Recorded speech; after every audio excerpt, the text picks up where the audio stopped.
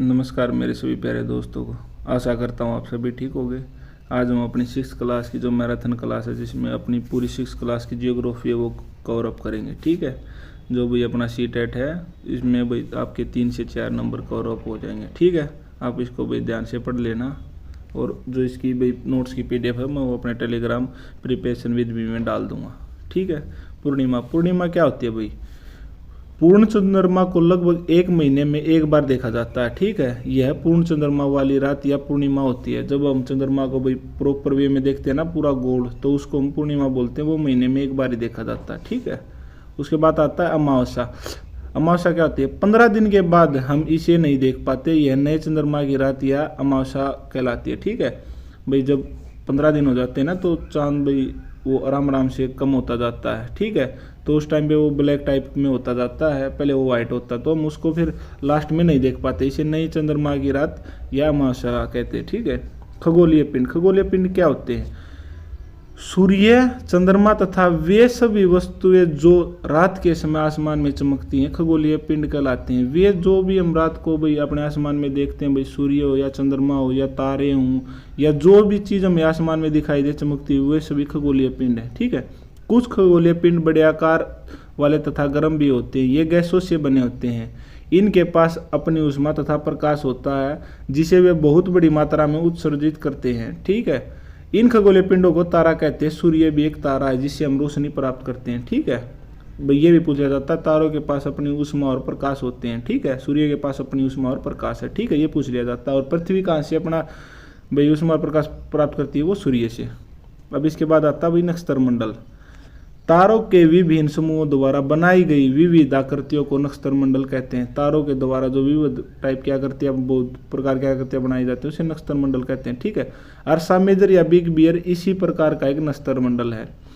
Beer या सप्तऋषि यह 7 तारों का समूह है जो कि नक्षत्र मंडल अर्सा मेजर का भाग है। ठीक है, जो ये है ना, ये भाई नक्षत्र मंडल जो है ना, ये अर्सा मेजर का भाग और ये 7 तारों का समूह, 7 तारे होते हैं, वो एक लाइन में होते हैं। ठीक है।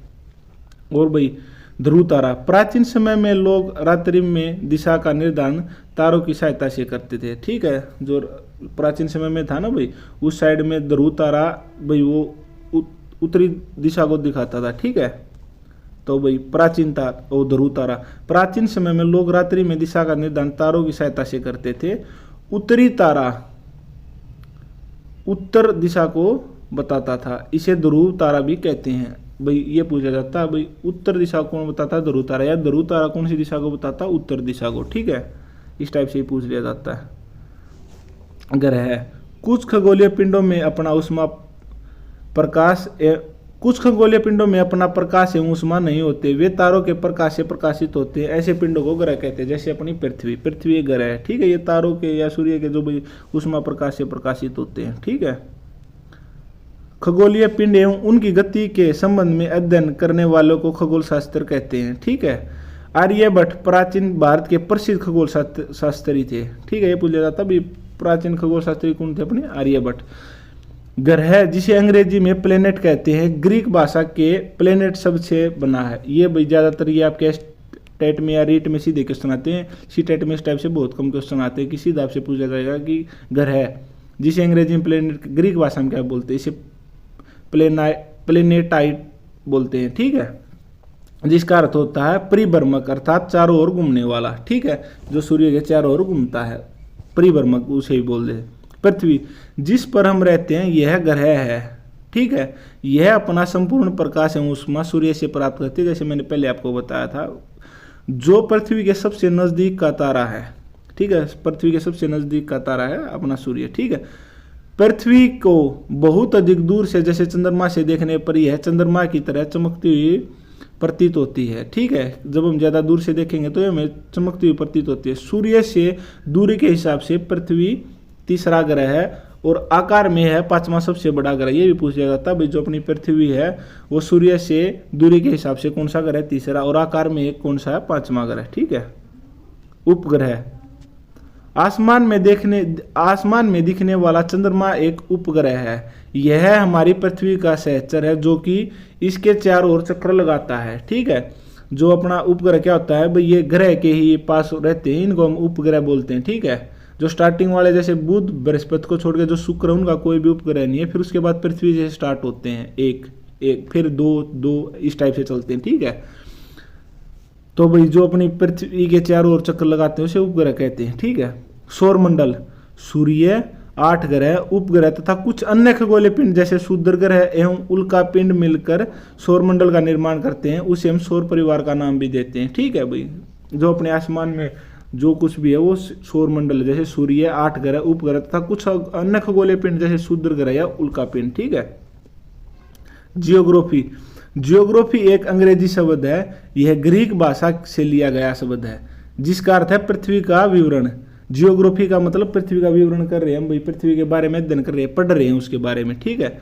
जियोग्राफी, पृथ्वी का विवरण जियोलॉजी, पृथ्वी का अध्ययन जियोमेट्री, पृथ्वी का मापन जियोइड और पृथ्वी के आकार के अनुरूप, ठीक है।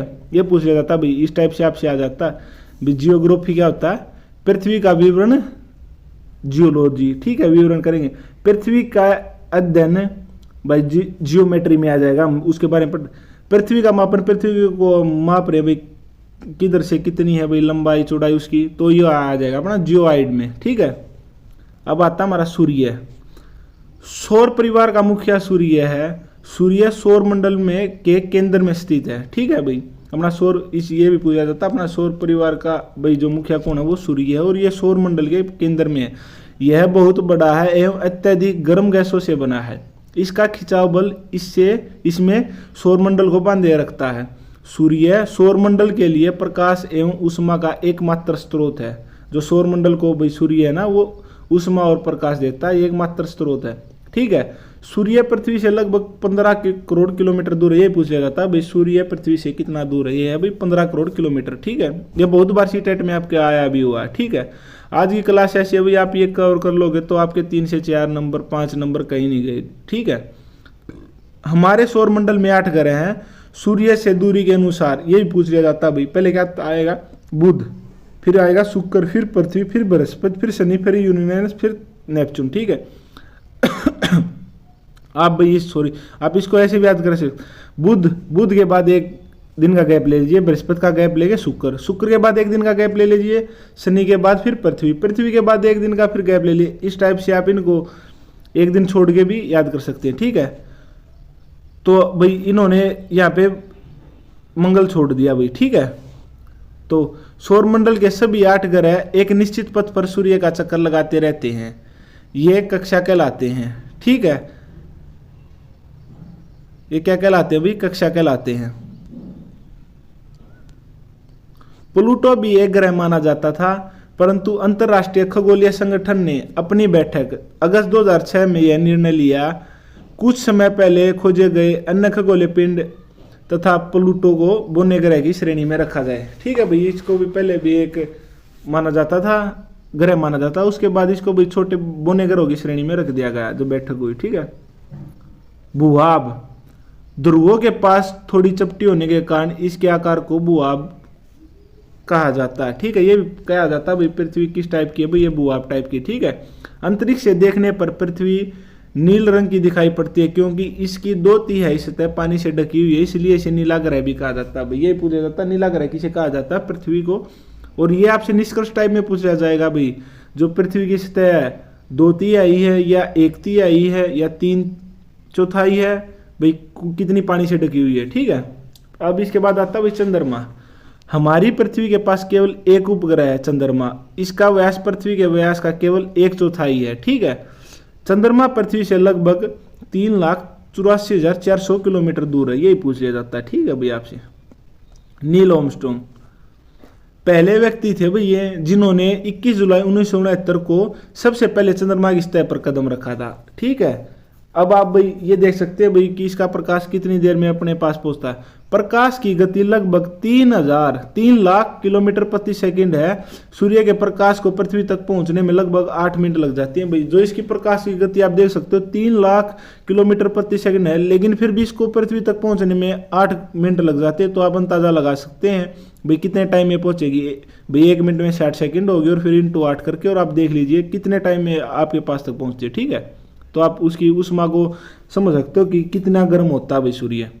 मानव निर्मित उपग्रह एक कृत्रिम पिंड है। ये वैज्ञानिकों द्वारा बनाए जाते हैं। अंतरिक्ष में उपस्थित कुछ भारतीय उपग्रह इनसेट, IRS और एडुसेट हैं इत्यादि। यही पूछा जाता है भी भारतीय अंतरिक्ष में कौन से मानव निर्मित उपग्रह हैं। ठीक है, फिर इसके बाद है चंद्रमा। पृथ्वी का एक चक्कर लगभग 27 दिन में पूरा करता है। लगभग इतने ही समय में यह अपने अक्ष पर एक चक्कर भी पूरा करता है। ठीक है भाई, लगभग इतने ही दिन में ये पृथ्वी का चक्कर पूरा करता है। ये साथ ही अपने अक्ष पर भी इतने दिन में एक चक्कर पूरा कर लेता है।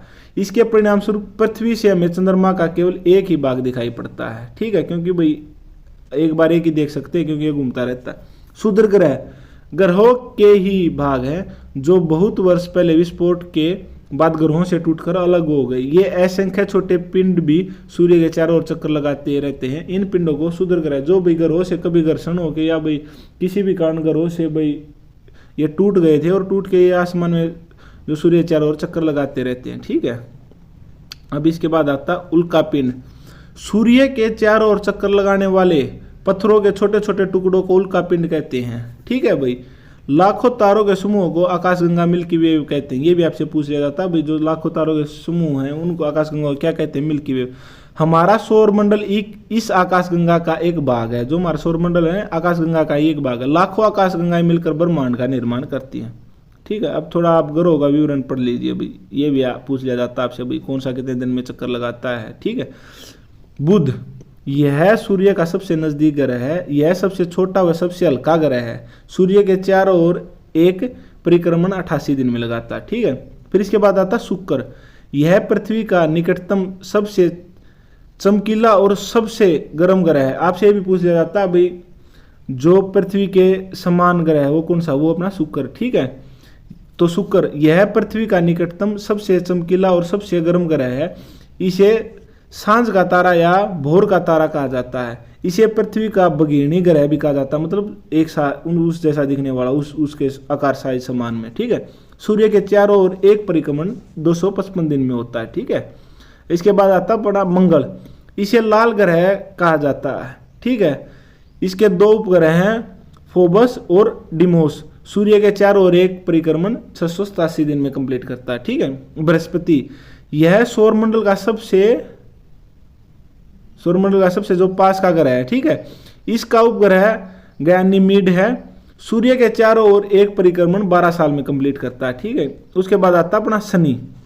यह आकार में दूसरा सबसे बड़ा ग्रह है। इसका उपग्रह टाइटन है। सूर्य के चारों ओर एक परिक्रमण 29 साल में कंप्लीट करता है। उसके बाद आता अरुण। यह आकार में तीसरा सबसे बड़ा ग्रह है। इसकी खोज 1781 ईस्वी में विलियम हेर्शेल द्वारा की गई। इसका उपग्रह टाइटेनिया है। सूर्य के चारों ओर एक परिक्रमण 84 साल में।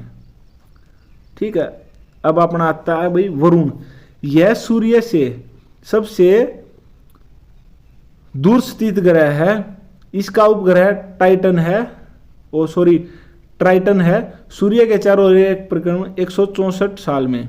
ठीक है, फिर आती है पृथ्वी। पृथ्वी आकार में पांचवा सबसे बड़ा ग्रह है और उसके पास में है वो तीसरा। ठीक है, दूरी के हिसाब से पृथ्वी आकार में पांचवा सबसे बड़ा ग्रह है।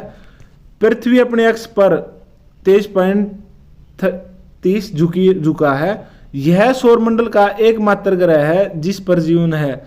एकमात्र उपग्रह चंद्रमा है। पृथ्वी का व्यास 6371 किलोमीटर है। ये भी पूछ लिया जाता है आपसे। ठीक है भैया, वो अपना सेकंड चैप्टर है वो हम करेंगे। ये है भाई ग्लोब, अक्षांश और देशांतर। हमारी पृथ्वी गोलाकार नहीं है। ठीक है भाई, पृथ्वी उत्तर एवं दक्षिण ध्रुवों पर थोड़ी चपटी तथा मध्य में थोड़ी उभरी हुई है, जिसे भूभाग भी बोलते हैं। आप पहले पढ़ चुके हैं। ठीक है, ग्लोब पर देशों, महाद्वीपों तथा महासागरों को उनके आकार में दिखाया जाता है। ठीक है, एक सुई ग्लोब में झुकी हुई अवस्था में स्थित होती है जिसे अक्ष कहा जाता है। ठीक है, ये वाक्य में नहीं है लेकिन ये हमें दिखाया जाता है, इसे अक्ष कहा जाता है। ग्लोब पर वे दो बिंदु जिनसे होकर सुई गुजरती है उत्तर तथा दक्षिण ध्रुव बोलते हैं। जो ऊपर होगा भाई उसको उत्तर ध्रुव बोलेंगे और जो नीचे होगा उसको दक्षिण ध्रुव बोलेंगे हम। ठीक है, काल्पनिक रेखा जो ग्लोब को दो बराबर भागों में बांटती है इसे विषुववृत्त रेखा कहा जाता है। जो भाई इसके सेंटर से जाती है, जो इसके ऊपर का हिस्सा रह गया वो उत्तर ध्रुव रह गया और जो नीचे का रह गया वो दक्षिण ध्रुव रह गया। ठीक है, इस रेखा में स्थित आधे भाग को उत्तरी गोलार्ध तथा दक्षिण वाले आधे भाग को दक्षिणी गोलार्ध कहा जाता है, जो मैंने बताया। ठीक है, अब आ गया भाई आपका अक्षांश रेखा है। विषुववृत्त से ध्रुवों तक स्थित सभी समांतर वृत्तों को अक्षांश रेखाएं कहते हैं। जो विषुववृत्त से ध्रुवों तक जाएंगे ना, ठीक है, जो समांतर रेखाएं होंगी उनको अक्षांश रेखाएं कहेंगे। विषुववृत्त शून्य अंश अक्षांश को दर्शाता है। जो अपना विषुववृत्त होता है ना, वो जो भी सेंटर को आधे आधे भागों में बांटता है अपनी ग्लोब को, उसको विषुववृत्त बोलते हैं। ये 0 डिग्री अक्षांश को दर्शाता है। ठीक है, विषुववृत्त के उत्तर की सभी समांतर रेखाओं को उत्तरी अक्षांश कहा जाता है तथा विषुववृत्त के दक्षिणी स्थित सभी समांतर रेखाओं को दक्षिणी अक्षांश कहा जाता है। ठीक है, अब भाई अक्षांश पढ़ लेते हैं कितने कितने डिग्री पे क्या क्या है। ठीक है, अक्षांश समांतर रेखा है। उत्तरी गोलार्ध में भाई जब हम ऊपर जाएंगे तो 23.5 डिग्री पे आएगी अपनी कर्क रेखा। 23.5 डिग्री अगर हम नीचे आएंगे दक्षिणी गोलार्ध में तो आएगी अपनी मकर रेखा। ठीक है, फिर 66.5 डिग्री जब हम ऊपर जाएंगे तो आएगी अपनी उत्तरी ध्रुववृत्त। ठीक है, और 66.5 डिग्री नीचे आएंगे विषुववृत्त रेखा से तो आएगी अपनी दक्षिणी ध्रुववृत्त। ठीक है, फिर आते हैं भाई पृथ्वी के ताप कटिबंध, उष्ण ताप कटिबंध। कर्क रेखा एवं मकर रेखा के बीच अक्षांश पर सूर्य वर्ष में एक बार दोपहर में सिर के ठीक ऊपर होता है।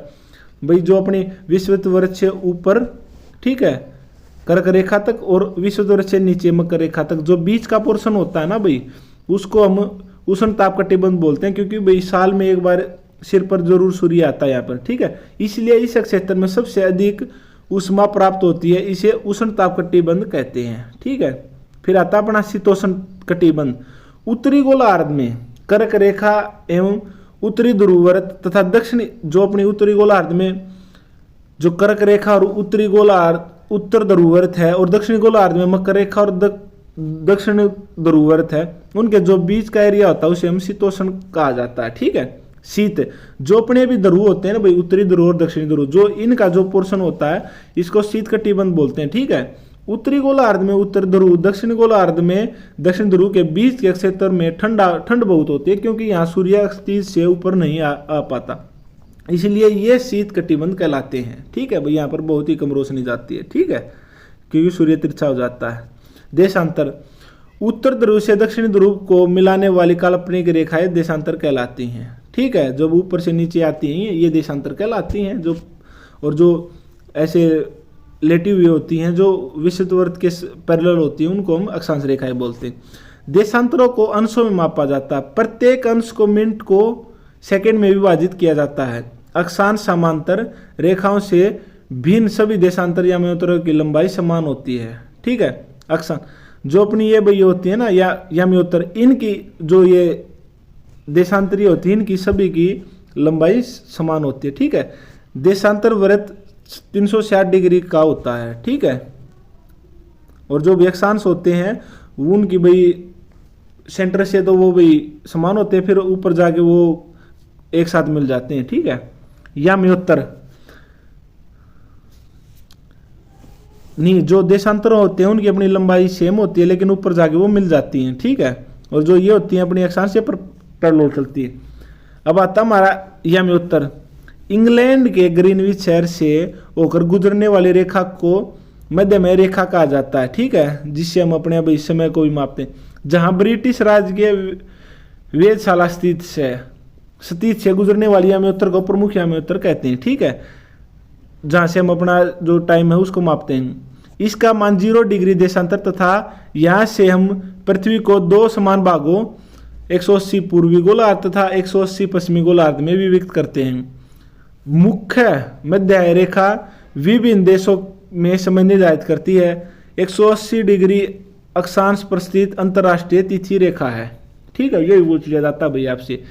यह एक ऐसी काल्पनिक रेखा जहां एक दिन से तारीख बदल जाती है और पूर्वी देश पश्चिमी देश से एक दिन या कुछ घंटे आगे चलते हैं। ठीक है भाई, जो अपना पूर्व की तरफ होगा वो आगे रहेगा और जो पश्चिम की तरफ रहेगा वो अपना पीछे रहेगा। ठीक है, मानक समय को मापने का सबसे अच्छा साधन पृथ्वी, चंद्रमा एवं ग्रहों की गति है। ठीक है, चंद्रमा एवं सूर्यास्त प्रतिदिन होते हैं भाई, ये दैनिक क्रिया ये चलती रहती है। अतः स्वाभाविक ही है। ठीक है, यह पूरे विश्व में समय निर्धारण का सबसे अच्छा साधन है। पृथ्वी पश्चिम से पूर्व को और चक्कर लगाती है, पूछा जाता है पृथ्वी किस टाइप कौन सी साइड से घूमती है, ये पश्चिम से पूर्व की ओर घूमती है। अतः वे स्थान जो ग्रीनविच के पूर्व में है उनका समय ग्रीनविच समय से आगे होगा, तथा जो पश्चिम में है उनका समय पीछे होगा। जो मैंने अभी बताया था, जो पूर्व साइड में होंगे वो ग्रीनविच से उनका आगे होगा, और जो पीछे होंगे उनका पीछे रहेगा। ठीक है, जो पूर्व की साइड होंगे उनका आगे रहेगा, जो पश्चिम की साइड होंगे उनका पीछे रहेगा। समय के अंतर की गणना निम्नलिखित विधि से की जाती है। पृथ्वी लगभग 24 घंटे में अपने अक्ष पर 360 डिग्री घूम जाती है। ठीक है, अर्थात वह 1 घंटे में 15 डिग्री घूमती है। ठीक है, एवं 4 मिनट में 1 डिग्री घूमती है। ये 4 डिग्री बाई मिस्टेक लिखा गया, 1 डिग्री घूमती है। ठीक है,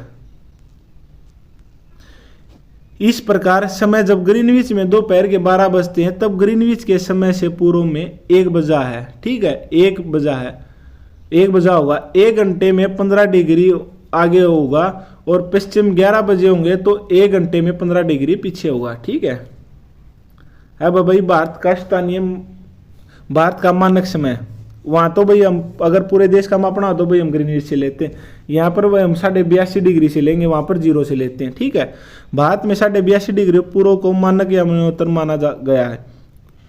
इस याम्योत्तर के स्थानीय समय को पूरे देश का मानक समय माना जाता है। इसे भारतीय मानक समय के नाम से जाना जाता है। भारतीय ग्रीनविच के 82.5 डिग्री पूर्व में स्थित है। ठीक है, जो भारतीय ग्रीनविच के 82.5 डिग्री पूर्व साइड में स्थित है, तथा यहाँ का समय ग्रीनविच समय से 5.5 घंटे आगे है। इसलिए जब लंदन में दोपहर के 2 बजे होंगे तो भारत में शाम के 7 बजे होंगे। ठीक है, क्योंकि भाई ये 82.5 डिग्री हो गया और आप इसको इंटू कर सकते हो। ठीक है, पृथ्वी को 1-1 घंटे वाले 24 समय अक्षेत्रों में बांटा गया है। इस प्रकार प्रत्येक अक्षेत्र 15 डिग्री देशांतर तक के क्षेत्र को घेरता है। पीछे पश्चिम में 12 मानक समय है, 15 डिग्री इंटू 12 मानक समय 180 होगा भाई। ठीक है, आगे प्लस पूर्व में 12 मानक समय 15 इंटू 12 डिग्री तो 180 होगा। ठीक है, पृथ्वी अपने 24 घंटे में अपने अक्ष पर 360 डिग्री घूमती है। ठीक है, समझ गए भाई। चलो आगे, अब हमारा नेक्स्ट चैप्टर आता है भाई पृथ्वी की गतियां। ये भी अपनी जो ओल्ड एनसीईआरटी है उनके हिसाब से भी नोट्स बनाए हुए हैं, क्योंकि भैया सीटेट क्या करता है, जो आपका ज़्यादातर प्रीवियस ईयर है ना वो ज़्यादातर रिपीट करता है, तो प्रीवियस ईयर के क्वेश्चन इसी से आए होंगे। तो कहीं ये हो भैया हम नई एनसीईआरटी के अकॉर्डिंग कर ले और आपका जो प्रीवियस ईयर पूछ लिया जाए, तो इसलिए हम प्रीवियस ईयर भी साथ साथ करा रहे हैं आपके जो। ठीक है, पृथ्वी की गतियाँ भाई, पृथ्वी की 2 गतियाँ होती है, एक घूर्णन और एक परिक्रमण। अगर पृथ्वी अपने अक्ष पर घूमेगी तो उसे घूर्णन बोलते हैं। ठीक है, अगर पृथ्वी सूर्य के चारों ओर चक्कर लगाएगी उसको परिक्रमण बोलते हैं। जो दिन रात होते हैं वो भी घूर्णन गति के कारण होते हैं। पृथ्वी घूमेगी तो वो घूर्णन गति के कारण सूर्य एक साइड दिन हो जाएगा, एक साइड रात हो जाएगी। और जो ऋतुओं में परिवर्तन आता वो आता भाई पृथ्वी के परिक्रमण के कारण, जब पृथ्वी परिक्रमण करती है। ठीक है, तो अभी हम पढ़ते हैं भाई। पृथ्वी का अपने अक्ष पर घूमना घूर्णन कहलाता है। सूर्य के चारों ओर एक स्थिर कक्ष में पृथ्वी गति को परिक्रमण कहते हैं, जैसे अभी मैंने बताया। ठीक है, पृथ्वी सूर्य से प्रकाश प्राप्त करती है। पृथ्वी का आकार गोले के समान है। ठीक है, इसलिए एक समय में सिर्फ इसके आधे भाग पर ही रोशनी प्राप्त होती है। सूर्य की ओर वाले भाग में दिन होता है, जबकि दूसरा भाग जो सूर्य से दूर होता है वहां रात होती है। गोलों पर वह वृत्त जो दिन तथा रात को विभाजित करते हैं उसे प्रदीप्त वृत्त का कहते हैं। ये भी आपसे हर बार सीटेट में पूछा जाता है भाई, जो दिन और रात को विभाजित करते हैं उसे क्या कहते हैं, उसे प्रदीप्त वृत्त बोलते हैं। ठीक है, पृथ्वी अपने अक्ष पर चक्कर पूरा करने में लगभग 24 घंटे का समय लेती है। ठीक है, जो घूर्णन में। ठीक है, घूर्णन के समय काल को पृथ्वी दिन कहा जाता है। यह पृथ्वी की दैनिक गति होती है। पृथ्वी की दूसरी गति जो सूर्य के चारों ओर कक्ष में होती है इसे परिक्रमण कहा जाता है। पृथ्वी 1 वर्ष या 365 से 1/4 दिन में सूर्य का चक्कर लगाती है। 4 वर्षों में प्रत्येक वर्ष के जो ये टाइम बच गया ना, जो 1/4 है, जो ये भाई 3 बच गए, इसको क्या करते हैं भाई, इसको हम अपनी सुविधा के लिए जो लीप ईयर आता है उसमें ऐड कर लेते हैं। और फरवरी में इसमें क्या होता है, जो भाई आपका जो 28 दिन का महीना होता है वो 29 दिन का हो जाता है। ठीक है, ठीक है, तो ये पढ़ सकते हो। इसके अतिरिक्त दिन को फरवरी के महीने में जोड़ा जाता है। इस प्रत्येक चौथे वर्ष फरवरी माह 28 के बदले 29 दिन का हो जाता है। ऐसे वर्ष को हम लीप ईयर बोलते हैं। ठीक है, सामान्यतः एक वर्ष को 4 वर्ष ऋतुओं में बांटा जाता है, जैसे गर्म, सर्द, बसंत एवं सर्दी। ठीक है, अब पढ़ लीजिए, ये भी इंपॉर्टेंट है, ये आपसे पूछा जाता है। ऋतुओं में परिवर्तन सूर्य के चारों ओर पृथ्वी की स्थिति में परिवर्तन के कारण होता है। 21 जून को उत्तरी गोलार्ध, ध्यान से पढ़ना भाई, 21 जून को ना, 21 जून को उत्तरी गोलार्ध सूर्य की तरफ झुका होता है। ठीक है, जिसके कारण सूर्य की किरणें कर्क रेखा पर सीधी पड़ती हैं ऊपर की साइड विषुववृत्त से। ठीक है, जिससे उत्तरी गोलार्ध के बहुत बड़े भाग में सूर्य की रोशनी प्राप्त होती है। इसलिए विषुववृत्त के उत्तरी भाग में गर्मी का मौसम होता है, तो इधर सर्दी का हो जाएगा, अपोजिट चलेगा। ठीक है भाई, 21 जून को इन नक्षत्रों में सबसे लंबा दिन तथा सबसे छोटी रात होती है। पृथ्वी की इस अवस्था को उत्तरी अयनांत कहते हैं। ठीक है भाई, क्या बोलते हैं इसको, ये पूछा जाता है उत्तरी अयनांत कब बोलते हैं, जब भाई उत्तर की साइड सूर्य होगा अपना, या मतलब जो उत्तरी साइड है वो सूर्य की तरफ झुका होगा। ठीक है, अब आता भाई 22 दिसंबर। 22 दिसंबर को दक्षिणी ध्रुव के सूर्य की ओर झुके होने के कारण मकर रेखा पर नीचे की तरफ दक्षिणी साइड में मकर रेखा पर सूर्य की किरणें सीधी पड़ती है। चूंकि सूर्य की किरणें मकर पर लंबवत पड़ती हैं, इसलिए दक्षिणी गोलार्ध के बहुत बड़े भाग में प्रकाश होता है भाई, ये भी ठीक है। इसलिए दक्षिणी गोलार्ध में लंबे दिन तथा छोटी रातें होती हैं और ग्रीष्म ऋतु होती है। ठीक है, तो उधर अपोजिट हो जाएगा, सर्द हो जाएगी। ठीक है, 21 मार्च एवं 23 सितंबर को सूर्य की किरणें विषुववृत्त पर सीधी पड़ती है। इस अवस्था में कोई भी ध्रुव सूर्य की ओर नहीं झुका होता, इसलिए पूरी पृथ्वी पर रात एवं दिन बराबर होते हैं। इसे विषुव बोलते हैं। विषुव कब होता है भाई, ये पूछा जाता है। विषुव होता है 21 मार्च और 23 सितंबर को। ठीक है भाई, ठीक है, 21 मार्च और 23 सितंबर। पहले आता है 21 मार्च, फिर आता है भाई जून। देख जो आपको दे रखा, पहले 21 मार्च आएगा, फिर जून आएगा, फिर उसके बाद सितंबर आएगा, फिर उसके बाद दिसंबर आएगा। तो इसका मतलब आप ऐसे चल सकते हो 21 और 23-22, 21 मार्च और 23 सितंबर। ठीक है, ऐसे भी याद कर सकते हो। 21 मार्च और 23 सितंबर को भाई सूर्य किसी भी तरफ नहीं होगा, वो विषुववृत्त पे सीधा होगा और उस दिन और रात बराबर होंगे। इसे विषुव कहा जाता है। ठीक है, 23 सितंबर को उत्तरी गोलार्ध पर सर्द ऋतु होती है। ठीक है, 23 सितंबर को ये होगा, इधर होगा तो भाई उत्तरी गोलार्ध में सर्द ऋतु होगी, जबकि दक्षिणी गोलार्ध में वसंत ऋतु होंगी। ठीक है, 21 मार्च को स्थिति इसके विपरीत होती है, जब उत्तरी गोलार्ध में बसंत ऋतु तथा दक्षिणी गोलार्ध में शरद ऋतु होती है। ठीक है, अगर उस साइड बसंत होगी तो इधर शरद हो जाएगी। इस प्रकार स्पष्ट है कि पृथ्वी के घूर्णन एवं परिक्रमण के कारण दिन एवं रात तथा ऋतुओं में परिवर्तन होता है। ठीक है भाई, घूर्णन के कारण तो अपना दिन और रात हो गया, और परिक्रमण के कारण अपनी ऋतुओं में परिवर्तन हो गया। ठीक है, चलो अब हम भाई अपना 4th चैप्टर कवर अप करते हैं। अपना 4th चैप्टर है मानचित्र। भाई मानचित्र क्या करता है हमें, भाई मानचित्र तीन प्रकार के होते हैं भाई। एक तो ये हमें भाई बड़े एरिया को छोटा करके भाई समझना हो, या छोटे एरिया को बड़ा करके समझना हो। ठीक है, या पर हम कहीं पे गए हुए हैं जहाँ पर हमें भाई किसी भी कोई स्ट्रक्चर नहीं पता हो, या कहीं वहाँ की जो लैंग्वेज वगैरह नहीं आते हो, तो भाई हम मानचित्र का प्रयोग कर सकते हैं। भाई अपने गूगल वगैरह में चेक कर सकते हैं। भाई इसके कुछ पैमाने होते हैं भाई, जैसे स्कूल के लिए इसको सिंबल किया हुआ भाई, जैसे पानी के लिए आपको नीले जलाशय दिखाएगा, तालाब के लिए और कुछ दिखाएगा। ठीक है भाई, पहाड़ों पत्थरों के लिए भाई आपको भूरा रंग दिखाएगा इस टाइप से। जहाँ पे भाई घास या खेती होगी भाई वहाँ पे आपको ग्रीन कलर में डिस्क्राइब कर रखा होगा। ठीक है, इस टाइप से मानचित्र पृथ्वी की सतह या इसके एक भाग का पैमाने के माध्यम से चपटी सतह पर खींचा गया चित्र है। ठीक है, विश्व ग्लोब के निर्माता हैं भाई मार्टिन बेहम। विश्व मानचित्र के निर्माण करता है भाई एनेंगजीमेंडर। भूगोल के जनक हैं भाई हेकेटियस। ठीक है, ये आपको सीटेट में नहीं पूछा जाएगा भाई, ये आपको रीट या एस्टेट में ज़्यादातर पूछा जाता है, या यूपी टेट में। ठीक है, व्यवस्थित भूगोल के जनक हैं एरिस्टोस्थनीज। ठीक है, अब आता है भाई भौतिक मानचित्र। ये 3 टाइप के होते हैं, भौतिक मानचित्र, राजनीतिक मानचित्र और थीमेटिक मानचित्र। सबसे पहले हम पढ़ेंगे भाई भौतिक मानचित्र। भौतिक मानचित्र क्या होता है, जो पृथ्वी की प्राकृतिक जैसे पर्वतों, पठारों, मैदानों, नदियों, महासागरों इत्यादि को दर्शाने वाले मानचित्र को क्या कहेंगे, भौतिक मानचित्र। जो भी पठारों को, पर्वतों को, मैदानों को दिखाएगा। ठीक है, फिर आता है राजनीतिक मानचित्र। राज्यों, नगरों, शहरों तथा गांव और विश्व के विभिन्न देशों व राज्यों तथा उनकी सीमाओं को दर्शाने वाले मानचित्र को राजनीतिक मानचित्र कहते हैं। जो भी राज्यों, नगरों, शहरों या उनकी जो सीमाएं हैं उनको भी बताता है, उसको राजनीतिक मानचित्र कहते हैं। फिर आता है हमारा थीमेटिक मानचित्र। कुछ मानचित्र विशेष जानकारी प्रदान करते हैं, जैसे सड़क मानचित्र, वर्षा मानचित्र, वन तथा उद्योग आदि के विवरण दर्शाने वाले को हम थीमेटिक मानचित्र कहते हैं। ठीक है भाई, ये पूछा जाता है भाई मानचित्र के 3 घटक कौन कौन से हैं? दिशा, दूरी और प्रतीक। भाई दिशा का पता होना चाहिए हमें, कौन सी साइड जाना है, दूरी कितनी है और प्रतीक। ठीक है, दूरी, मानचित्र एक आरेखनीय होता है जो कि पूरे विश्व या उसके एक भाग को छोटा मानचित्र के छोटे पैमाने में खींचे जाते हैं। ठीक है भाई, उसे बोलते हैं।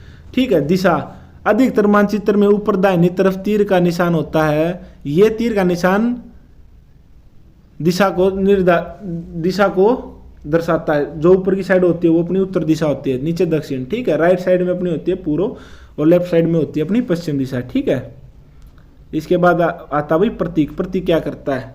किसी भी मानचित्र पर वास्तविक आकार एवं प्रकार में विभिन्न आकृतियां जैसे भवनों, सड़कों, पुलों, वृक्षों, रेल की पटरियों या कुओं को दिखाना संभव नहीं होता। इसलिए वे निश्चित अक्षरों, छायाओं, रंगों, चित्रों तथा रेखाओं का उपयोग करके इनको दर्शाते हैं भाई। ठीक है, जैसे घास के लिए भाई उन्होंने ग्रीन कलर दिखा दिया, वृक्षों के लिए और कुछ दिखा दिया भाई। ठीक है, रेल की पटरी के लिए उन्होंने ऐसे लाइन ही चला दी, रोडों के लिए थोड़ी लाइन चला दी, इस टाइप से। ठीक है, रूढ़ प्रतीक, विभिन्न रंगों का उपयोग भी इसी उद्देश्य से किया जाता है। उदाहरण के लिए सामान्यतः नीले रंग का इस्तेमाल जलाशयों के लिए, भूरे रंग का इस्तेमाल पर्वतों के लिए, पीला रंग पठारों के लिए और हरा रंग मैदानों को दर्शाने के लिए किया जाता है। ये आपसे भी बहुत बार क्वेश्चन पूछा गया है। ठीक है, तो आप इसको जरूर याद कर लीजिए। ठीक है, रेखा चित्र, आप अपने मित्र के घर जाना चाहते हैं लेकिन आपको रास्ते की जानकारी नहीं है। आपका मित्र अपने घर के रास्ते को बताने के लिए कच्चा आरेखनीय बना देता है। रेखा चित्र क्या होता है भाई? जैसे हम ये बताते भाई आपको कहीं पे किसी शॉप पे जाना, तो आप बोलेंगे यहाँ से भाई राइट होना, यहाँ से लेफ्ट होना, यहाँ पे राइट होना, फिर लेफ्ट होना, फिर लेफ्ट होना। जो पेन के साथ जो कच्चा चित्र बनाते हैं उसे आरेखनीय बोलते हैं, उसे रेखा चित्र। खाका क्या होता है भाई?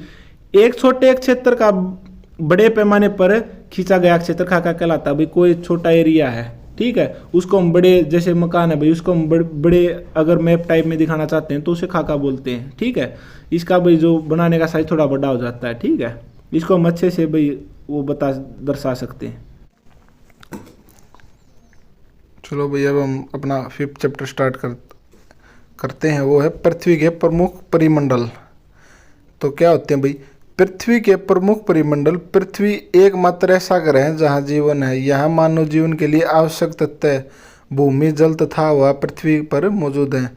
तो भाई एक आवास के लिए सिर्फ पृथ्वी एक ऐसा ग्रह है जहाँ पर जीवन संभव है, क्योंकि यहाँ पे भाई भूमि भी है, पर्याप्त जल भी है और हवा भी है। ठीक है, पृथ्वी की सतह ऐसी है जिसमें 3 महत्वपूर्ण घटक है, जैसे भूमंडल, वायुमंडल, जलमंडल। वही है भाई, भूमि को भूमंडल बोल देंगे भाई, जल को जलमंडल बोल देंगे और हवा को वायुमंडल बोल देंगे। ठीक है, भूमंडल के बारे में पढ़ते हैं भाई। अब पृथ्वी का ठोस भाग जिस पर हम रहते हैं उसे भूमंडल कहा जाता है। ठीक है, जिस पर हम रहते हैं उसे भूमंडल कहा जाता है। पृथ्वी का वो ठोस भाग, यह भूपर्पट्टी की चट्टानों तथा मिट्टी की पतली परत का बना होता है जिसमें जीवों के लिए पोषक तत्व पाए जाते हैं। ठीक है, ये जो अपना जिस पर हम रहते हैं भाई बहुत पतली परत की बनी होती है। ठीक है, पृथ्वी की सतह को 2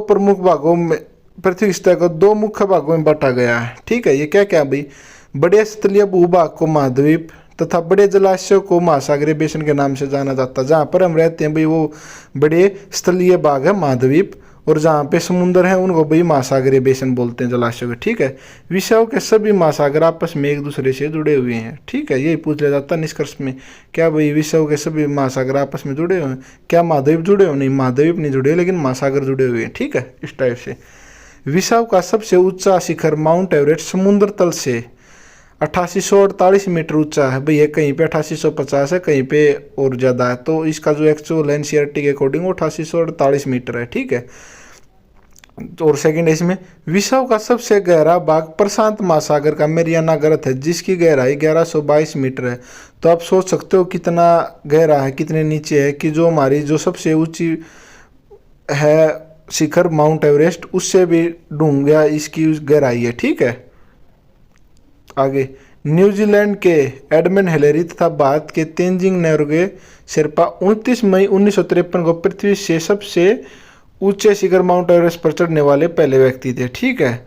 और जापान की जुको ताबई विश्व की पहली महिला थी। अगर पहली महिला के बारे में पढ़े तो वो जापान की थी, और जो सबसे पहले गए वो थे भाई अपने एडमंड हिलेरी और भारत के तेंजिंग नोर्गे। ठीक है। और सबसे पहली महिला थी भाई जुको ताबई। ठीक है, जिसने 16 मई 1975 को माउंट एवरेस्ट पर कदम रखा। भारत की बचेंद्री पाल पहली महिला थी जिसने 23 मई 1984 को माउंट एवरेस्ट पर अपना कदम रखा था। ठीक है। फिर इसके बाद पढ़ते हैं भाई पर महाद्वीप पृथ्वी। पहला है पृथ्वी, महाद्वीपीय पृथ्वी पर 7 प्रमुख महाद्वीप हैं। यह विश्व जल राशि के द्वारा एक दूसरे से अलग है। यह महाद्वीप हैं। ठीक है। ये क्या क्या भाई, सबसे पहले आता है अपना अफ्रीका, सबसे पहले आता है अपना एशिया, उसके बाद आता है अफ्रीका, उसके बाद आता है नॉर्थ अमेरिका, उसके बाद आता है साउथ अमेरिका। ठीक है। उसके बाद आता है अपना यूरोप, अंटार्कटिका, ऑस्ट्रेलिया। ठीक है, इस टाइप से ही है। फिर आते हैं हमारे महाद्वीप एशिया, इनके बारे में बताया हुआ, ये भी आपसे निष्कर्ष टाइप में पूछ लिया जाता है, आपको ये आने चाहिए। ठीक है। एशिया विश्व का सबसे बड़ा महाद्वीप है। यह पृथ्वी के कुल क्षेत्रफल के 1/3 भाग में फैला हुआ। तो पूछ लिया जाता है सबसे बड़ा महाद्वीप कौन सा, आपका एशिया। और यह पृथ्वी के कुल क्षेत्रफल के 1/3 भाग में फैला हुआ। जितनी अपनी पृथ्वी है ना, जहाँ पर भूभाग है, वहाँ के 1/3 भाग में फैला हुआ। तो ठीक है। यह उत्तरी गोलार्ध में स्थित है। कर्क रेखा इस महाद्वीप से होकर गुजरती है। ठीक है। एशिया के पश्चिम में यूराल पर्वत है जो यूरोप से अलग करता है। ठीक है। यूरोप एशिया के संयुक्त भूभाग को यूरेशिया कहते हैं। ठीक है। जो यूरोप को एशिया को जो बीच के भाग है उसे यूरेशिया बोलते हैं। यूरोप प्लस एशिया कहा जाता है। ठीक है। ये आपसे पिछली बार भी सीटेट में पूछा गया था। ठीक है। आगे भी पूछा जाएगा। ये हर बार ये भाई जो चैप्टर आपका बहुत इंपॉर्टेंट है, 1 से 2 क्वेश्चन इस चैप्टर में से हर बार पूछा जाता है। ठीक है। अफ्रीका एशिया के बाद विश्व का दूसरा सबसे बड़ा महाद्वीप है। विषुववृत्त रेखा इस महाद्वीप के लगभग मध्य भाग से होकर गुजरती है। ठीक है। ये भी इंपॉर्टेंट है, आप आगे बढ़े। यही एक ऐसा महाद्वीप है जिससे होकर कर्क रेखा, विषुवत रेखा, मकर रेखा तीनों रेखाएं गुजरती हैं। सारा का रेगिस्तान विश्व का सबसे बड़ा गर्म रेगिस्तान जो कि अफ्रीका में स्थित है। विश्व की सबसे लंबी नदी नील नदी अफ्रीका से ही होकर गुजरती है। ठीक है। आपसे भाई इसमें कितने क्वेश्चन हो गए भाई को, वह कौन सा भाई महाद्वीप है जिसमें से तीनों रेखाएं गुजरती हैं, वो है भाई एशिया। ठीक है। नील नदी वो भी इसमें भाई अफ्रीका, एशिया नहीं अफ्रीका। ठीक है भाई। सारा गर्म रेगिस्तान वो भी भाई अफ्रीका में। तो इसमें कितने क्वेश्चन हो गए, आप अपने आप क्वेश्चन बनाइए और इसको एक हर जो भी आप टॉपिक या जो भी लाइन को याद करें उसको एक क्वेश्चन की तरह याद करें, किस में से किस टाइप से क्वेश्चन पूछा जाता है। ठीक है। यूरोप, यह महाद्वीप एशिया के पश्चिम में स्थित है। ठीक है। पूछा जाता है भाई यूरोप कहाँ पे स्थित है, यह महाद्वीप एशिया के पश्चिम में स्थित है। और आर्कटिक रेखा इससे होकर गुजरती है। यह 3 तरफ से जल से घिरा हुआ है। ये पूछा जाता है भाई वह कौन सा महाद्वीप है जो 3 तरफ से जल से घिरा हुआ है, यूरोप। ठीक है। उत्तर अमेरिका विश्व का तीसरा सबसे बड़ा महाद्वीप दक्षिण अमेरिका से एक संकरे स्थल से जुड़ा हुआ है जिसे पनामा स्थल संधि कहा जाता है। ठीक है। यह महाद्वीप पूरी तरह से उत्तर और पश्चिमी गोलार्ध में स्थित है। ठीक है भाई। ये उत्तर और पश्चिमी गोलार्ध में स्थित है। और जो ये संकरा भाग जो पनामा बोलते हैं ना भाई, हम जैसे डोंकी के साथ बच्चे दूसरे देश जाते हैं तो ये भाई जो संकरा भाग है, ठीक है, जहाँ स्थल मंडल है जिस उससे जुड़ा हुआ है उसको हम पनामा जल स्थल संधि बोलते हैं। ठीक है। उसके बाद आता भाई 5वां दक्षिण अमेरिका। इसका अधिकांश भाग दक्षिणी गोलार्ध में स्थित है। विश्व की सबसे लंबी पर्वत श्रृंखला एंडीज पर्वत के दक्षिण की ओर फैली हुई है। ठीक है। जो विश्व की सबसे लंबी पर्वत श्रृंखला एंडीज है ना, वो पर्वत के दक्षिण की ओर फैली हुई है। ठीक है। दक्षिण अमेरिका में विश्व की सबसे बड़ी नदी अमेजन है। अगर बड़ी नदी पूछे तो अमेजन और लंबी नदी पूछे तो नील नदी है। ठीक है। जो भी अफ्रीका में आप पहले पढ़ चुके हैं ऊपर। ठीक है। ऑस्ट्रेलिया विश्व का सबसे छोटा महाद्वीप है जो कि पूरी तरह से दक्षिणी गोलार्ध में स्थित है। यह चारों तरफ से महासागर तथा समुद्र से घिरा हुआ है। इसे द्वीपीय महाद्वीप भी कहा जाता है। द्वीपीय महाद्वीप। ठीक है। ये भी पिछली बार भी क्वेश्चन आया है कि द्वीपीय महाद्वीप किसे कहा जाता है, ऑस्ट्रेलिया को। और ये सबसे छोटा महाद्वीप है और सबसे बड़ा महाद्वीप है अपना एशिया। ठीक है। उसके बाद आता है अंटार्कटिका। एक बहुत बड़ा महाद्वीप है जो कि दक्षिणी गोलार्ध में स्थित है। दक्षिणी ध्रुव इस महाद्वीप के मध्य में स्थित है।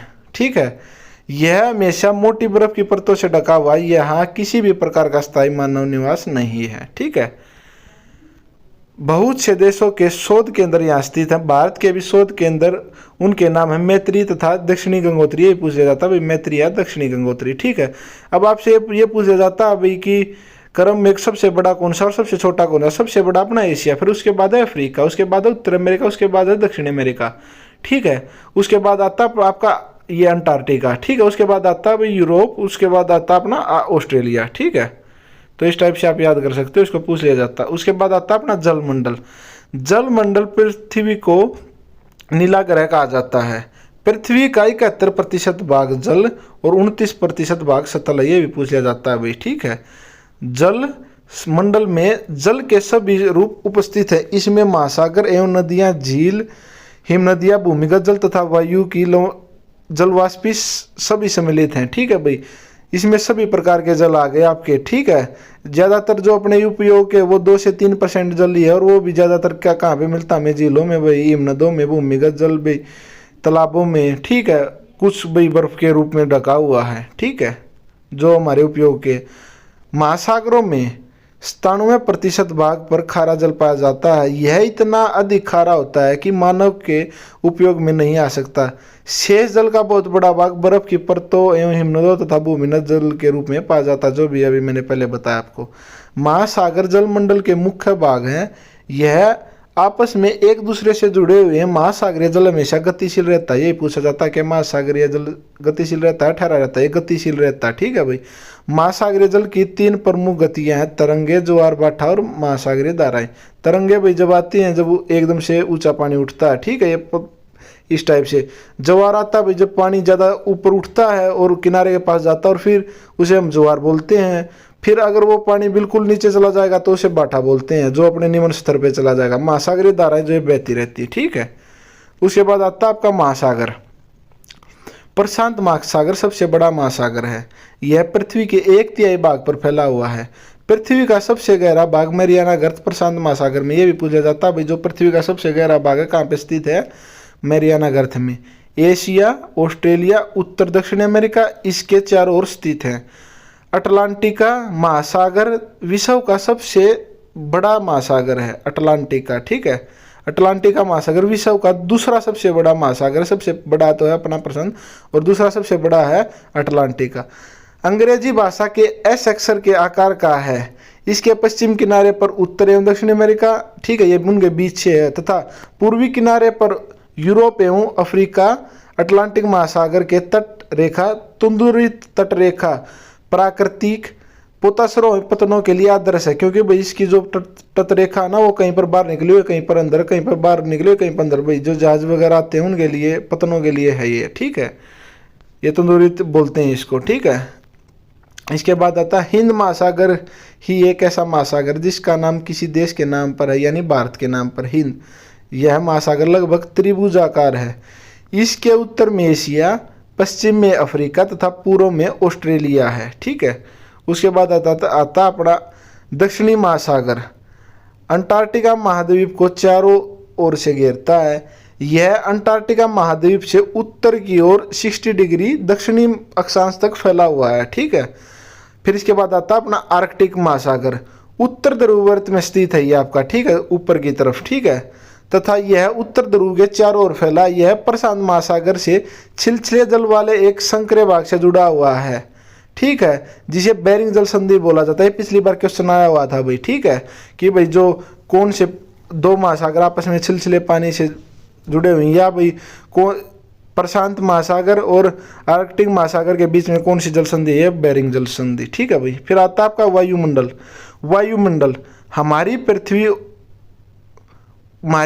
पृथ्वी ओर से गैस की एक परत से गिरी, ये इन्होंने मिसप्रिंट हो रखा। ये हमारी पृथ्वी चारों ओर से गैस की एक परत से गिरी होती है, जिसे वायुमंडल कहा जाता है। ठीक है, यह हमें वायु प्रदान करती है जिससे हम सांस लेते हैं। यह वायुमंडल सूर्य से आने वाली हानिकारक किरणों से हमें बचाता है। ठीक है, वायुमंडल 1600 किलोमीटर की ऊंचाई तक फैला हुआ है। ठीक है, वायुमंडल को उसके घटकों, तापमान तथा अन्य के आधार पर 5 परतों में बांटा जाता है। ठीक है, तो ये है भाई, पहले सौरमंडल आता है, फिर उसके बाद समताप आता है, उसके बाद मध्य आता है, उसके बाद आयन आता है तथा उसके बाद बहिर्मंडल आता है। ठीक है, वायुमंडल मुख्यतः आयतन के अनुसार नाइट्रोजन, ये भी पूछ लिया गया था भाई पिछली बार, किन को सीरीज में बताइए सबसे ज़्यादा कौन सी गैस और सबसे कम, तो सबसे ज़्यादा नाइट्रोजन 78%, ऑक्सीजन 21%, फिर आती है आपकी आर्गन 0.93%, फिर आती है आपकी कार्बन डाइऑक्साइड, फिर बाकी गैसें। ठीक है, ऑक्सीजन सांस लेने के लिए आवश्यक है, जबकि नाइट्रोजन प्राणियों की वृद्धि के लिए पूछ लिया जाता है। भाई नाइट्रोजन किसके लिए होती है? प्राणियों की वृद्धि के लिए। ऊंचाई के साथ वायुमंडल के घनत्व में भिन्नता आती है। यह घनत्व समुद्री तल पर सबसे अधिक होता है तथा जैसे जैसे हम ऊपर की ओर जाते हैं यह तेजी से के साथ घटता जाता है। जैसे जब हम ऊपर जाएंगे ठंड भी बढ़ती जाएगी, लेकिन हमें सांस लेने में प्रॉब्लम होगी। जैसे हम समुद्र के पास आएंगे भाई, उधर खुली हवा और स्वच्छ हवा चलती है, वहाँ पर घनत्व बहुत कम होता है। ठीक है, नहीं ज़्यादा होता है, सॉरी। आप जानते हैं कि पहाड़ों पर पर्वतारोह को हवा के घनत्व में कमी होने के कारण सांस लेने में कठिनाइयाँ होती है। ऊंचाई पर सांस लेने के लिए उन्हें अपने साथ ऑक्सीजन ले जाना पड़ता है। अगर वे भी साथ में ये नहीं ले जाएंगे तो हवा इतनी वो होती है कि जो उनकी वो रक्त कोशिकाएं वो फटने का डर रहता है। ठीक है, जैसे जैसे ऊपर की ओर जाते हैं तापमान भी घटता जाता है। ठीक है, वायुमंडल पृथ्वी पर दाब डालता है। वायु उच्च दाब से निम्न दाब की ओर बहता है। ये पूछा जाता है वायु उच्च दाब से निम्न दाब की ओर बहता है। ठीक है, जीवमंडल, जीवमंडल कहाँ होता है? जहाँ भाई हर एक चीज़ मिलती है। ठीक है, जल थल वायु मिलेंगे वहाँ पे जीवमंडल होगा। ठीक है, जीवमंडल मंडल सथल तथा जहाँ सथल जल तथा हवा के बीच का एक सीमित भाग है, यह वह भाग है जहाँ जीवन मौजूद है। जीवमंडल के प्राणियों को मुख्यतः दो भागों, जंतु जगत एवं पादप जगत में विभाजित किया जाता है। पृथ्वी के ये तीनों परिमंडल आपस में पारस्परिक क्रिया करते हैं तथा एक दूसरे को किसी न किसी रूप में प्रभावित करते हैं। ठीक है भाई, अब हमारा भाई 6 चैप्टर करेंगे हम। पृथ्वी के प्रमुख सतल रूप। पृथ्वी के प्रमुख सतल रूप क्या क्या है भाई? पृथ्वी की सतह सभी जगह एक समान नहीं है। पृथ्वी पर अनगिनत प्रकार के स्थल रूप है। स्थल रूपों को कुछ भाग ऊंचे भी हैं और कुछ भाग नीचे हैं, कुछ समतल हैं। ठीक है, ये सतल रूप दो प्रक्रियाओं के परिणाम स्वरूप होते हैं। ठीक है, तो देखते हैं भाई, ये निक्षेपण और अपर्दन के कारण होते हैं। कहीं से अपर्दन होगा तो कट जाएगा और निक्षेपण होगा तो वहाँ आके जमा हो जाएगा। ठीक है, ये दो क्रिया। प्रथम या आंतरिक प्रक्रिया के कारण पृथ्वी के स्थलों पर पृथ्वी की सतह कहीं ऊपर उठ जाती है तो कहीं धंस जाती है। दूसरा या बाह्य प्रक्रिया स्थल रूप के लगातार बनने एवं टूटने की प्रक्रिया। पृथ्वी की सतह के टूटकर घिसे जाने को अपर्दन कहते हैं। जब भाई कुछ हवा या पानी की वजह से कुछ कट जाता है या भाई पानी की वजह से कुछ अपर्दित हो जाता है उसे अपर्दन बोलते हैं। ठीक है, और वह कहीं पे जाके जहाँ पे जमा होता है उसे निक्षेपण बोलते हैं। ठीक है, पहला आता है हमारा पर्वत। पर्वत पृथ्वी की सतह की प्राकृतिक ऊंचाई है। पर्वत का शिखर छोटा तथा आधार चौड़ा होता है। यह आसपास के क्षेत्र से बहुत ऊंचा होता है। कुछ पहाड़ बादलों से भी ऊंचे होते हैं। जैसे जैसे आप ऊंचाई पर जाएंगे जलवायु ठंडी होती जाएगी। ठीक है, जैसे जैसे ऊपर जाएंगे और सांस लेने में भी कमी होती जाएगी। हिमानिया, कुछ पर्वतों पर हमेशा जमी रहने वाली बर्फ की नदियाँ होती हैं। श्रृंखला, पर्वत एक रेखा के क्रम में भी व्यवस्थित हो सकते हैं जिसे श्रृंखला कहा जाता है। ये सैकड़ों किलोमीटर में फैली होती है। ठीक है, हिमालय, आल्प्स, एंडीज क्रमशः। हिमालय आपका वही एशिया में है, आल्प्स यूरोप में है और एंडीज आपका दक्षिण अमेरिका की पर्वत श्रृंखलाएं हैं। ठीक है, पर्वतों की ऊंचाई आकार में भिन्नता आती रहती है। ये भी ठीक है भाई।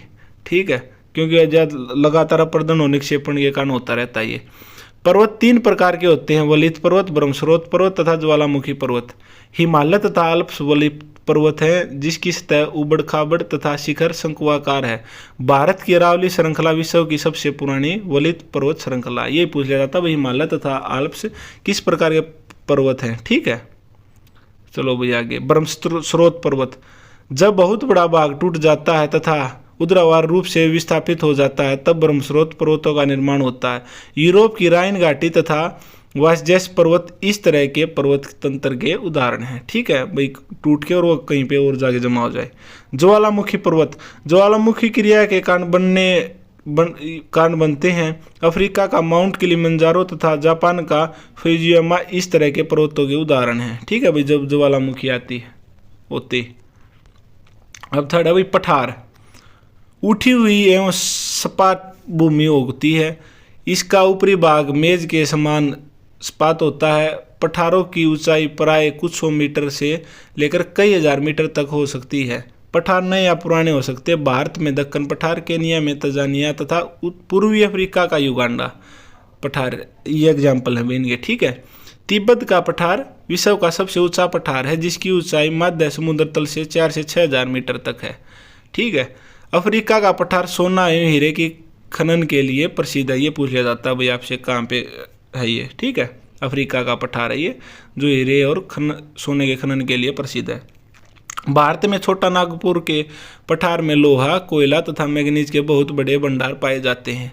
प्रशांत महासागर में स्थित मनाकी पर्वत हवाई द्वीप सागर की सतह से के नीचे स्थित है। इसकी ऊंचाई 10,205 मीटर एवरेस्ट शिखर से भी अधिक है। ठीक है, सबसे पहले था मरियाना का, तो उसके बाद है मनाकी पर्वत। ठीक है, फिर इसके बाद आता मैदान। मैदान समतल भूमि के बहुत बड़े भाग होते हैं। वे सामान्यतः मध्य समुद्र तल से 200 मीटर से अधिक ऊंचाई नहीं होती। अधिकांश मैदान नदियां तथा उनकी सहायक नदियों के द्वारा बने हैं। एशिया में स्थित भारत में गंगा का मैदान प्रमुख उदाहरण है। मनुष्य के रहने खेती के लिए उपयोगी।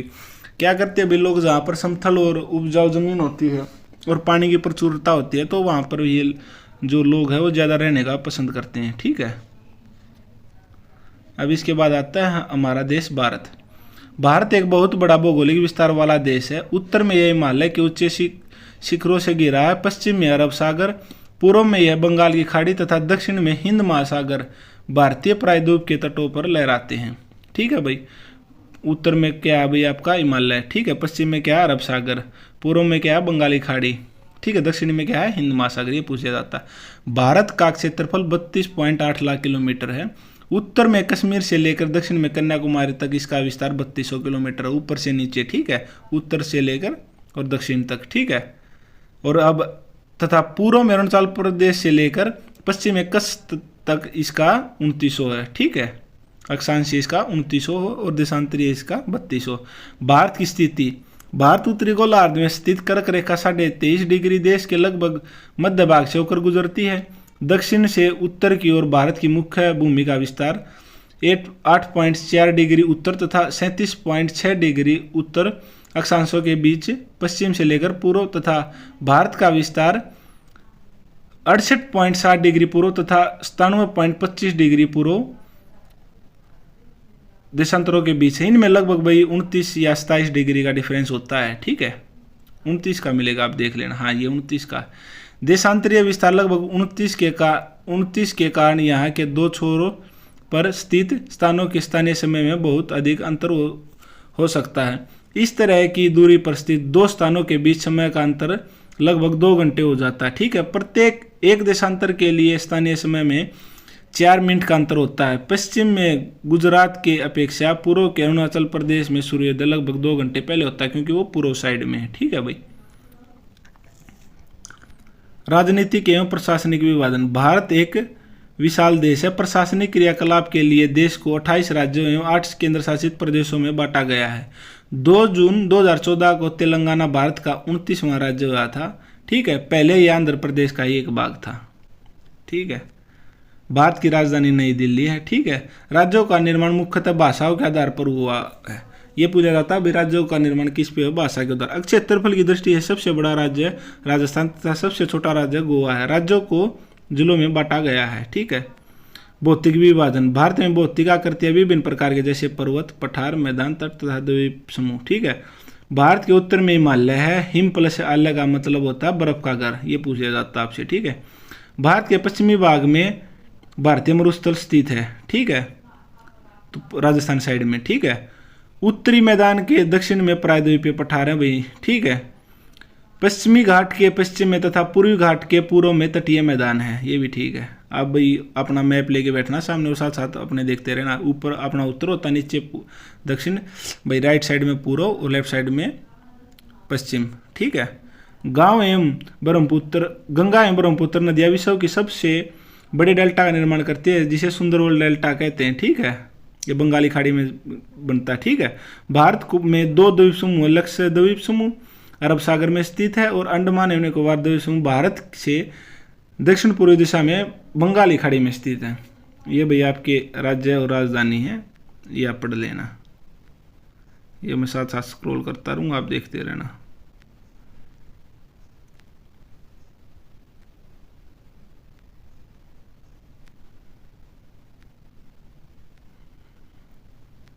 ये भी अभी तक तो कोई पूछा नहीं गया, लेकिन फिर भी पूछ लेते हैं। आपके वैसे भी कोई एग्जाम, कोई DSSB का एग्जाम है तो उनमें पूछ लिया जाता है, ठीक है।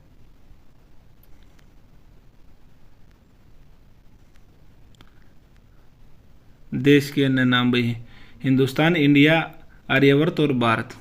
देश की राजधानी है नई दिल्ली। देश का क्षेत्रफल 32,87,263 किलोमीटर। भारत की राष्ट्रभाषा हिंदी।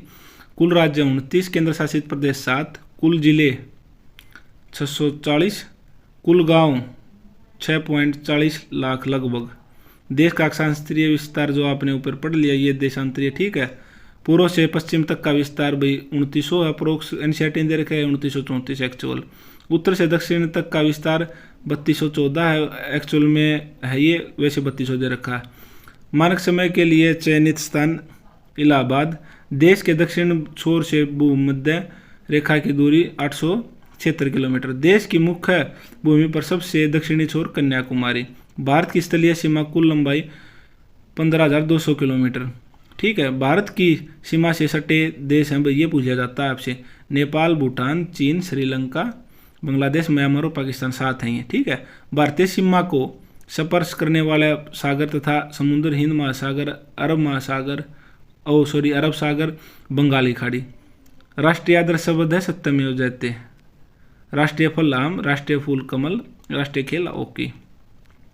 भाई सबसे ज़्यादा वर्षा कहाँ होती है? ये मनीषराम में, ठीक। आगे आगे पढ़ोगे आप। सर्वाधिक घनी आबादी वाला राज्य है बिहार। सबसे अधिक वनों वाला राज्य है असम। सबसे अधिक जनसंख्या वाला नगर मुंबई।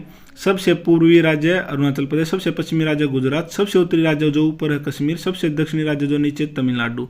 सर्वाधिक गानों वाली फिल्म इंद्रसभा, ठीक है। सबसे तेज गति से चलने वाली रेलगाड़ी शताब्दी एक्सप्रेस।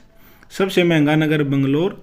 सर्वाधिक प्रदूषण फैलाने वाला शहर कोलकाता। भारत की कुल भाषा है 1952 लगभग। ये इस टाइप के क्वेश्चन भैया आपके क्या है, रीट और एस टेट में सीधे पूछे जाते हैं। जो सी टेट में बहुत कम इस टाइप के प्रश्न आते हैं, वो आपसे निष्कर्ष टाइप में पूछता है, ठीक है। सर्वोच्च राष्ट्रीय सम्मान है भारत रत्न। सर्वाधिकार अनुसूचित जाति वाला राज्य है उत्तर प्रदेश। सर्वाधिक अनुसूचित जनजाति वाला राज्य है मध्य प्रदेश। सर्वाधिक साक्षरता वाला राज्य है केरल। सबसे कम वर्षा का स्थान है लेह। अब भैया आप पढ़ेंगे इसमें। लास्ट है जो अपना पुरानी एनसीईआरटी के अकॉर्डिंग, क्योंकि नई एनसीईआरटी में तो भाई ये है सीटेट क्या करता है, हर बार क्वेश्चन को रिपीट करता है, ठीक है। तो क्या पता आपके भाई इसी में से कोई पूछ लिया जाए, ठीक है। तो साथ साथ आप ये भी कर ले। भारत की भाई जलवायु, वनस्पति एवं वन्यजीव अभियान। मौसम, वायुमंडल में दिन प्रतिदिन होने वाला परिवर्तन, इसमें तापमान, वर्षा तथा सूर्य का विकिरण इत्यादि शामिल है, जो दिन प्रतिदिन चेंज होता रहता है, ठीक है। भारत में मुख्य मौसम भाई सर्दी दिसंबर से फरवरी तक, ठंडा मौसम गर्मी मार्च से मई तक, वर्षा जून से सितंबर तथा दक्षिण पश्चिमी मानसून का मौसम, ठीक है। शरद अक्टूबर और नवंबर में मानसून के लौटने का मौसम। शीत ऋतु, ठंडे मौसम में सूर्य सीधी किरणें नहीं पड़ती, जिसके परिणाम उत्तर भारत का तापमान कम होता है। ग्रीष्म ऋतु, गर्मी के मौसम में सूर्य की किरणें सीधी पड़ती है, जिसके कारण तापमान अधिक होता है। वर्षा का मौसम, यह मानसून के आने तथा आगे बढ़ने का समय होता है। इस समय पवन बंगाल की खाड़ी तथा अरब सागर से सतल की ओर बहती हैं। जब ये पवनें पहाड़ों से टकराती हैं तो वर्षा होती है। शरद ऋतु, इस समय पवनें स्थल भागों से लौटकर बंगाली खाड़ी की ओर बहती हैं। यह मानसून के लौटने का